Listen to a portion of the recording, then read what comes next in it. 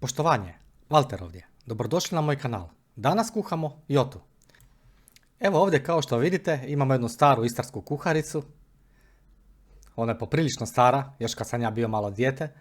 Uglavnom, u njoj je recept jote. Evo ovdje si možete zapisati recept, imate cijeli postupak kako se radi i svi sastojci. No međutim mi doma kuhamo malo drugačije. Sad ćete vidjeti na koji način i kakav. Slično kao maneštra, ali ipak malo drugačije. Evo što nam je potrebno. Za jote specifično kiseli kupus. Narezani kiseli kupus svježi, friško kupljen. Treba nam grah. Mi radimo malo veće količine pa onda ima i malo više, znači pola kile fažola otprilike, malo manje od kile kupusa. Neko ko ne voli da je baš prekiselo može manje, ali mi volimo da bude to kripka, bimo mi rekli ovdje jota. Krumpir koji smo narezali, malo češnjaka, 6-7 režnja, 2 glavice luka smo pripremili i očistili. Treba nam pešt. Nemamo domaću pancetu pa ne radimo domaći pešt, imamo kupovni, sol, papar. Tu je razlika, mi stavimo malo pasate, inače u originalni recept ne ide. I maslinovo ulje. Rajčicu stavimo jer volimo i bude malo bogatiji okus. Ja ne znam kako vi, ali ja obožavam probat svježi kiseli kupus. To mi je gušt. Trebaju nam suha rebra. Ovo je jedan lijep komad, vidite i sami mesnati. Ovo će dati odličan gušt joti. Fažo i kosti stavimo da se malo prokuhaju 5 minuta.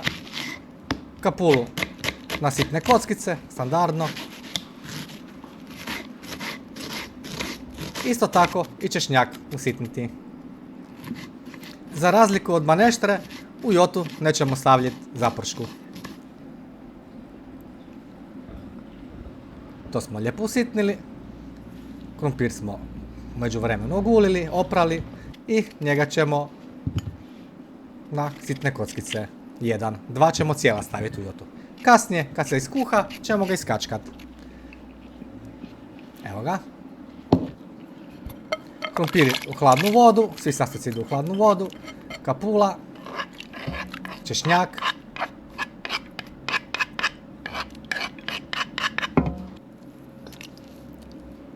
Stavimo malo pešta. Par kapi domaćega ulja.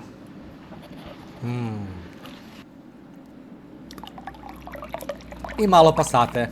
Ponavljam, mi volimo. Bude bogati okus.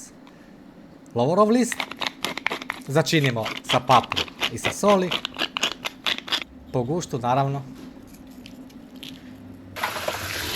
I to je otprilike to. Fažoka se malo prokuha, operemo, stavimo u vodu sa svim ostalim sastojcima i stavimo da se kuha. Kupus se mora kuhati odvojeno od jote. Pred kraj ćemo sjediniti, vidjet ćete. Treba vremena da ova velika količina zakuha. Evo ga, pomalo prokuhalo. Kupus isto tako. I treba dugo da se kuha. To nam je idealna prilika da se zasladimo malo sa kavom. Jota je zakuhala. Već sad kuća lijepo miriši. Ne mogu vam opisati kakvi lijepi mirisi. Ovo zrači sa zdravljem. Krumpir kad je kuhan izgnječimo i stavimo u jotu. To će zgusnuti jotu. I tad je vrijeme da dodamo kupus u jotu. Da sjedinimo sve skupa. To je otprilike nekih sat vremena prije kraja, ali sve skupa moramo 3 sata da kuha. Eto vidite kako je lijepo zgusla. Jota nam je došla prefina, predobra. Ponavljam, ako neko ne voli da je baš previše kisela, može staviti malo manju količinu kupusa i to je to. I šta nam drugo prostaje nego da probamo. Njam, njam, njam, njam, njam, njam. Odlična je. I hvala vam puno na gledanju. Doviđenja.